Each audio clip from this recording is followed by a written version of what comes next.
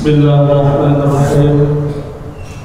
Assalamualaikum warahmatullahi wabarakatuh. Alhamdulillahirabbil alamin.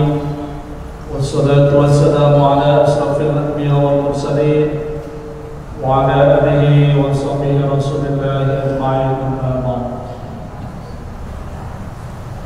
Yang saya hormati dan saya muliakan jamaah salat zuhur dan insyaallah rahmat Allah Subhanahu wa taala.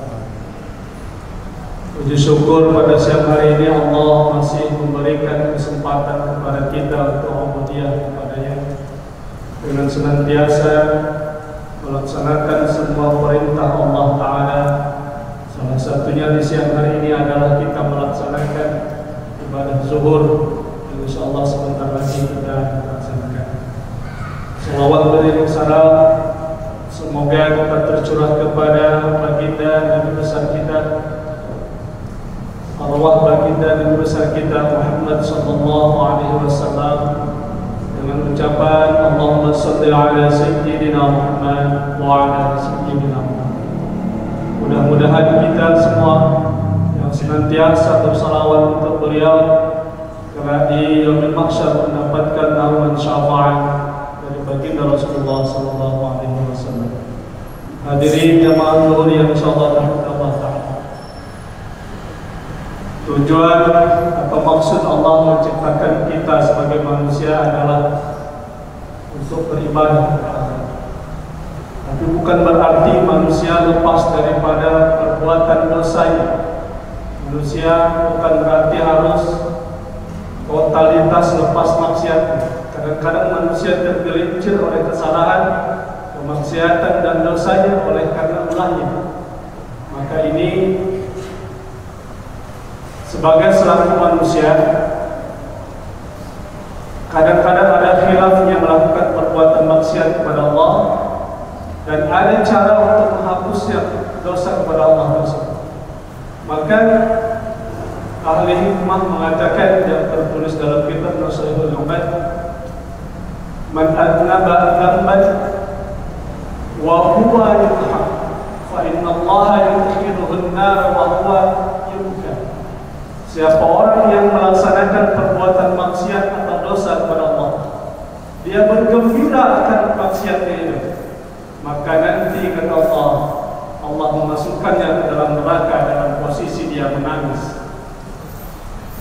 Hari ini banyak orang yang berjudi, maksiat, berzina, mencuri dan sebagainya, tidak merasa bersalah di hadapan Allah, tidak beribadah, tidak sholat, tidak puasa, tidak taat kepada perintah Allah, merasa biasa-biasa saja tanpa ada beban, seolah-olah tidak ada hari pembalasan baginya, tidak ada pengaruh besar dalam hidupnya baik untuk hidup dunia dan akhiratnya.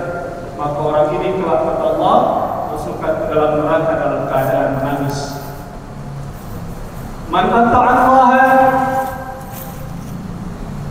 yu'ta, barang siapa orang bertaat kepada Allah dengan penuh ketakutannya, maka ia menangis di hadapan Allah. Fa innallaha yudkhilul jannata bid'ah.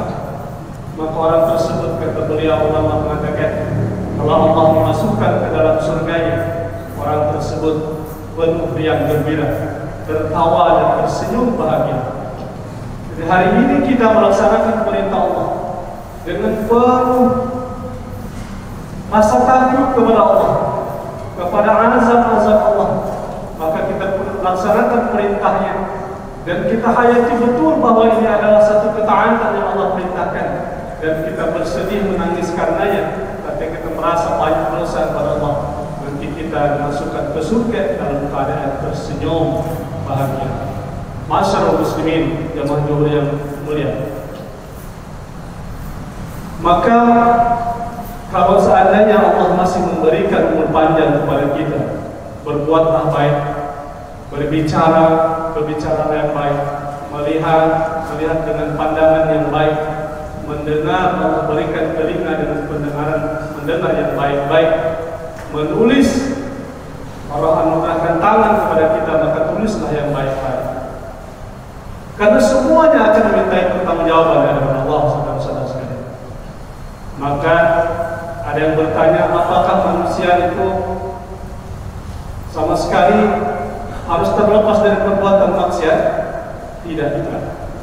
Kalau mau lepas dari maksiat, mau lepas betul dari maksiat, itu namanya bukan manusia, malaikat. Maka Allah menciptakan 3 jenis makhluk di atas dunia ini. Satu gambaran bahwa ketiga jenis makhluk ini adalah gambaran di mana Allah ciptakan ada yang bersih dari dosa, ada yang melakukan dosa, ada yang sama sekali tidak pernah mengenal dosa. Malaikat gambaran ini tidak mengenal yang namanya hubbud dunia, tidak mencintai dunia, tidak tertarik dengan wanita, tidak suka dengan kemewahan dunia dan harta benda. Wajar, malaikat Allah ciptakan diberi akal tapi tidak diberi nafsu. Jadi kalau malaikat nafsu. Kemudian Allah ciptakan manusia. Manusia ini kadang dia berbuat maksiat, kadang dia taat. Sampai sebaik-baik manusia yang berbuat maksiat adalah yang memperbaiki diri dari Allah Subhanahu wa taala. Yang ketiga, Allah ciptakan jenis hewan. Kalau hewan, contohnya kambing, sapi atau kerbau, kalau sudah pergi ke satu tempat lapangan, contohnya menemukan sehamparan rumput hijau, mereka tidak bertanya punya siapa, halal atau haram. Yang jelas ada makanan, mereka makan. Dan mereka jenis hewan ini tidak dituntut apapun dengan Allah SWT. Maka Allah dalam surah Al-A'raf 179 mengatakan, "Walaqad darabna li jahannama katsiran minal insi wal jin." Ada nanti satu tempat yaitu neraka jahanam, kata Allah, diisi oleh jenis manusia dan jin. Penuh sesak neraka jahanam oleh jenis manusia dan jin. Kenapa? Lahum qulubun la yafqahuna biha. Mereka jenis manusia dan jin ini diberikan hati oleh Allah, tapi hatinya bukan untuk memahami agama Allah. Lahum qulubun la yasma'una biha. Allah ciptakan kuping kepada mereka, tapi bukan untuk mendengarkan daripada ayat-ayat Allah. Kemudian Allah berikan kepada 2 jenis makhluk ini mata, tidak digunakan untuk melihat daripada kekuasaan Allah Subhanahu wa taala. Tidak digunakan untuk melihat, membimbing kaki melangkah kepada hal-hal yang baik. Maka kata Allah, "Ulaika kal an'am." Apabila ada jenis makhluk 2 ini yang seperti ini, diberikan hati tidak untuk memahami, diberikan telinga tidak untuk mendengar yang baik, diberikan mata tidak untuk melihat daripada kuasa Allah, ulaika kal an'am, mereka sama seperti jenis yang diciptakan, makhluk yang diciptakan yang ketiga, yaitu dan jenis hewan.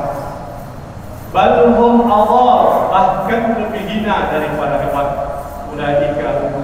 Ulaika hum al-ghafilun, bahkan mereka lebih rendah dan mereka lah golongan yang sesat yang kepada Allah Ta'ala. Masyaallah muslimin jamaah juhur yang insyaallah kepada Allah Ta'ala. Mumpung ada kesempatan, mari kita berbuat sebaik mungkin, berbuat yang baik, berkata yang terbaik, menulis yang baik, mendengar yang baik, melangkah pada hal yang baik.